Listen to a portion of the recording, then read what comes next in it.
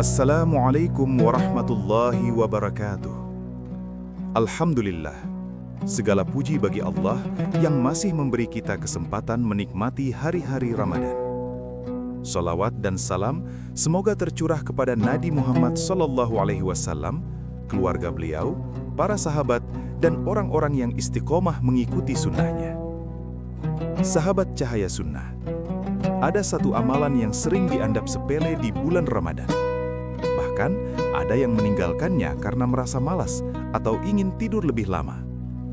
Padahal amalan ini penuh keberkahan. Amalan itu adalah sahur. Hari ini kita akan membahas sunnah sahur dan keberkahannya. Sahur adalah sunnah yang ditekankan. Rasulullah SAW bersabda, "Bersahurlah kalian, karena dalam sahur itu terdapat keberkahan." Hadis riwayat Bukhari dan Muslim. Perhatikan, ini adalah perintah dari Nabi SAW. Walaupun sahur hukumnya sunnah, namun sangat dianjurkan. Kenapa? Karena sahur adalah pembeda antara puasa kaum muslimin dengan puasa ahli kitab. Dalam hadis lain, Nabi SAW bersabda, perbedaan antara puasa kita dan puasa ahli kitab adalah makan sahur. Artinya, sahur bukan sekedar makan sebelum subuh. Sahur adalah identitas sunnah. Apa yang dimaksud dengan keberkahan? Apa maksud keberkahan dalam sahur? Para ulama menjelaskan, keberkahan sahur mencakup keberkahan fisik, memberi kekuatan untuk berpuasa. Keberkahan ibadah, karena sahur membuat kita bangun malam, bisa sholat tahajud, bisa beristighfar, bisa berdoa di waktu mustajab. Keberkahan pahala, karena kita mengikuti sunnah Nabi SAW.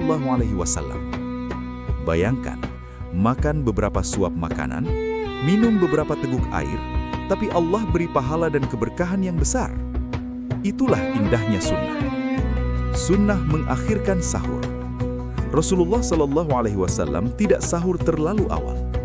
Dalam hadis disebutkan, jarak antara sahur Nabi SAW dan azan subuh adalah sekitar waktu membaca 50 ayat Al-Quran. Artinya, sahur dilakukan mendekati waktu subuh. Mengakhirkan sahur adalah sunnah. Bukan jam 10 malam, bukan sebelum tidur, tapi mendekati fajar. Kenapa? Agar lebih kuat menjalani puasa, dan agar kita menghidupkan waktu akhir malam. Sahabat cahaya sunnah, coba biasakan bangun 30-40 menit sebelum subuh. Sahur dengan tenang, lalu tutup dengan doa dan istighfar. Itu jauh lebih bernilai. Sahur tidak harus mewah. Rasulullah SAW bersabda, sebaik-baik sahur seorang mukmin adalah dengan kurma. Hadis riwayat Abu Daud, sahih. Sahur tidak harus mewah, banyak, berlebihan. Bahkan dalam hadis lain disebutkan, meskipun hanya seteguk air, tetaplah bersahur. Artinya, yang penting bukan banyaknya makanan, tetapi keberkahan dan niat mengikuti sunnah. Ramadan bukan bulan pesta makanan. Ramadan adalah bulan ibadah. Sahur adalah momen doa. Waktu sahur bertepatan dengan sepertiga malam terakhir.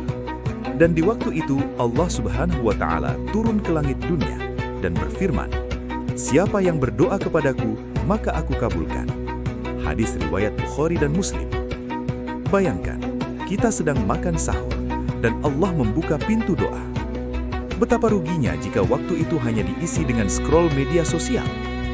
Gunakan waktu sahur untuk istighfar, doa untuk keluarga, doa agar puasa diterima, doa agar istiqomah setelah Ramadan. Jangan tinggalkan sahur karena malas.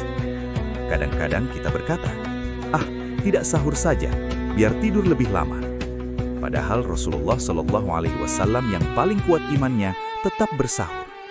Jika beliau yang paling mulia saja bersahur, apakah kita merasa lebih kuat dari beliau? Sahur adalah sunnah yang ringan, tapi pahalanya besar. Jangan remehkan amalan kecil yang dilakukan dengan istiqomah.